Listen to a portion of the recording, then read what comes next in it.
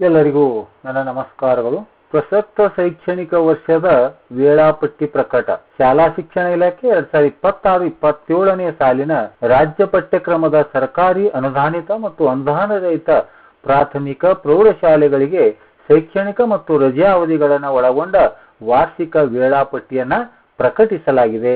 ಮೇ 29ಕ್ಕೆ ಶಾಲಾ ಆರಂಭವಾಗಲಿದ್ದು ಅದನ್ನ ಸಂಪೂರ್ಣವಾದಂತಹ ವಿವರಣೆಯನ್ನ ಈಗ ಮುಂದೆ ನೋಡೋಣ. ವಿಷಯವನ್ನ ಇಲ್ಲಿ ಕೊಟ್ಟಿದ್ದಾರೆ. ರಾಜ್ಯದ ಪಠ್ಯಕ್ರಮದ ಸರ್ಕಾರಿ ಅನುದಾನಿತ ಮತ್ತು ಅನುದಾನರಹಿತ ಪ್ರಾಥಮಿಕ ಪ್ರೌಢಶಾಲೆಗಳಿಗೆ 26-27ನೇ ಸಾಲಿನ ಶೈಕ್ಷಣಿಕ ವರ್ಷದಲ್ಲಿ ಶೈಕ್ಷಣಿಕ ಅವಧಿಗಳು ಮತ್ತು ರಜಾ ಅವಧಿಗಳನ್ನು ನಿಗದಿಪಡಿಸುವ ಬಗ್ಗೆ ಅಂತ ಇಲ್ಲಿ ಉಲ್ಲೇಖವನ್ನು ಕೊಟ್ಟಿದ್ದಾರೆ. ಇಲ್ಲಿ ಮೇಲ್ಕಂಡ ವಿಷಯಕ್ಕೆ ಸಂಬಂಧಪಟ್ಟಿರುವಂತೆ 25-26ನೇ ಸಾಲಿನ ಚಟುವಟಿಕೆಗಳು ಮುಕ್ತಾಯವಾಗಲಿದ್ದು ಮುಂದಿನ 26-27ನೇ ಶೈಕ್ಷಣಿಕ ಸಾಲಿನ ಚಟುವಟಿಕೆಗಳನ್ನು ಪ್ರಾರಂಭಿಸಲು ಸದರಿ ಸಾಲಿನಲ್ಲಿ ಎಂದಿನಂತೆ ಅಗತ್ಯ ಪೂರ್ವ ಸಿದ್ಧತೆಗಾಗಿ ದಿನಾಂಕ 29 ಮೇ 2020ರಿಂದ ಶಾಲೆ ಪ್ರಾರಂಭಿಸಲು ಸೂಚಿಸಲಾಗಿದೆ. ಅಂದ್ರೆ ಈ ವರ್ಷದಲ್ಲಿ ಮೇ 29ಕ್ಕೆ ಶಾಲೆಗಳು ಪುನರಾರಂಭವಾಗುತ್ತವೆ. ಅದರಿಂದ ವಾರ್ಷಿಕ ಶೈಕ್ಷಣಿಕ ಕ್ರಿಯಾ ಯೋಜನೆ ವೇಳಾಪಟ್ಟಿಯನ್ನ ನಿಗದಿಪಡಿಸಲಾಗಿದೆ.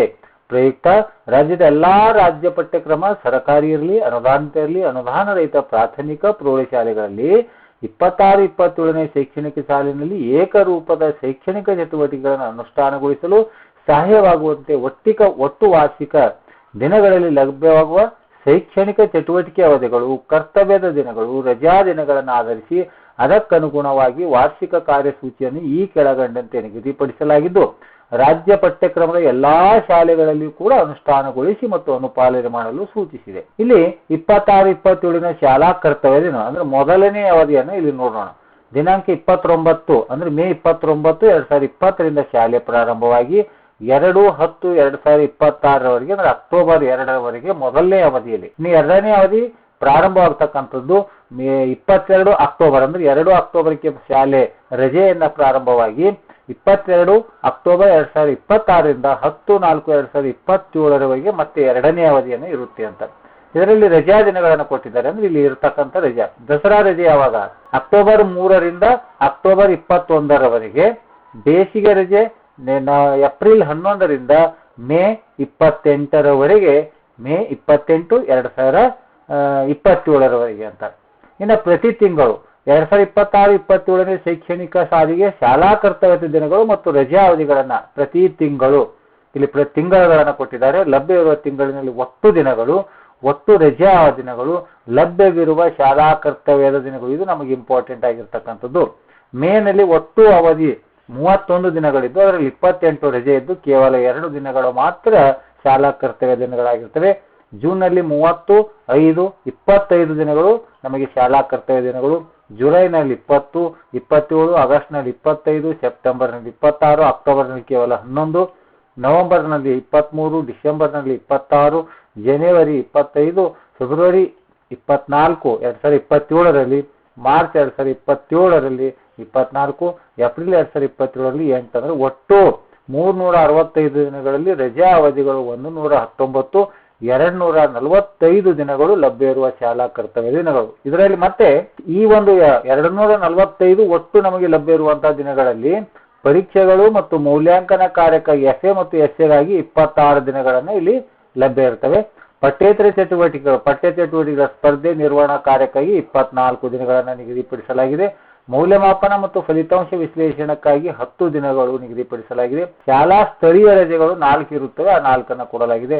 ಹಾಗಾಗಿ ಬೋಧನಾ ಕಲಿಕಾ ಪ್ರಕ್ರಿಯೆಗೆ ಉಳಿಯಬಹುದಾದ ಕರ್ತವ್ಯ ದಿನಗಳು ಅಂದ್ರೆ ಎಷ್ಟು 181. ಅಂದ್ರೆ ಬೋಧನೆಗೆ ಮತ್ತು ಕಲಿಕಾ ಪ್ರಕ್ರಿಯೆಗೆ ಉಳಿಯಬಹುದಾಗಿರ್ತಕ್ಕಂಥ ಒಟ್ಟು ದಿನಗಳ ಸಂಖ್ಯೆ ಎಷ್ಟಂದ್ರೆ 181, 181 ಡೇಸ್. ಇನ್ನು 25-26ನೇ ಶೈಕ್ಷಣಿಕ ಸಾಲಿನ ಮುಕ್ತಾಯ ಹಂತದಲ್ಲಿ ನಿರ್ವಹಿಸಬೇಕಾಗಿರ್ತಕ್ಕಂಥ ಒಂದು ಅಂಶಗಳನ್ನು ಕೊಟ್ಟಿದ್ದಾರೆ.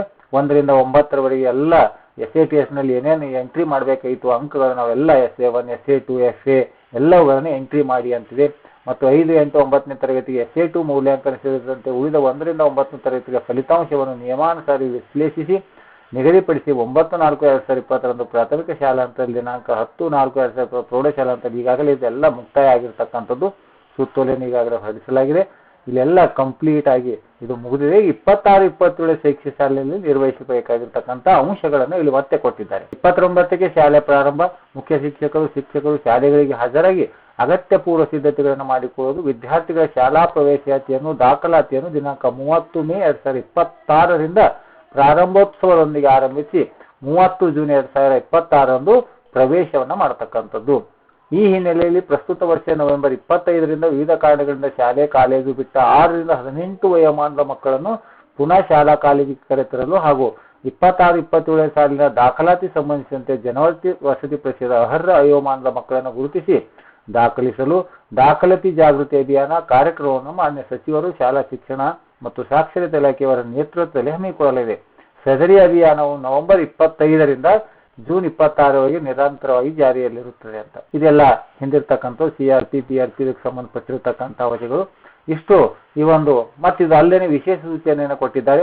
ಕಾಲಕಾಲಕ್ಕೆ ಸರ್ಕಾರದಿಂದ ನೀಡುವ ಸೂಚನೆಗಳನ್ನು ಮತ್ತು ನಿರ್ದೇಶನಗಳನ್ನು ಕಡ್ಡಾಯವಾಗಿ ಪಾಲಿಸುವಂತೆ ತಿಳಿಸಲಾಗಿದೆ. ಈಗಾಗಲೇ 26-27ನೇ ಸಾಲಿನ ವಾರ್ಷಿಕ ಶೈಕ್ಷಣಿಕ ಮಾರ್ಗಸೂಚಿಯನ್ನು ಸಿದ್ಧಪಡಿಸಿ ನಂತರ ಪೂರೈಸಲಾಗುವುದು. ಅದರಂತೆ ಶಾಲಾ ಕ್ಲಸ್ಟರ್ ಮತ್ತು ತಾಲೂಕಾ ಜಿಲ್ಲಾ ಹಂತಗಳಲ್ಲಿ ಕ್ರಿಯಾಯೋಜನೆ ರೂಪಿಸಿಕೊಂಡು ಅನುಪಾಲನೆಯನ್ನು ಮಾಡುವಂಥದ್ದು ಅಂತ ಈ ಮಾಹಿತಿಯನ್ನು ಕೊಟ್ಟಿದ್ದಾರೆ. ಹಾಗಾಗಿ ಈ ವರ್ಷದ 26-27ನೇ ವರ್ಷದ ಶೈಕ್ಷಣಿಕ ವರ್ಷದ ವೇಳಾಪಟ್ಟಿ ಈಗಾಗಲೇ ಪ್ರಕಟಿಸಲಾಗಿದೆ.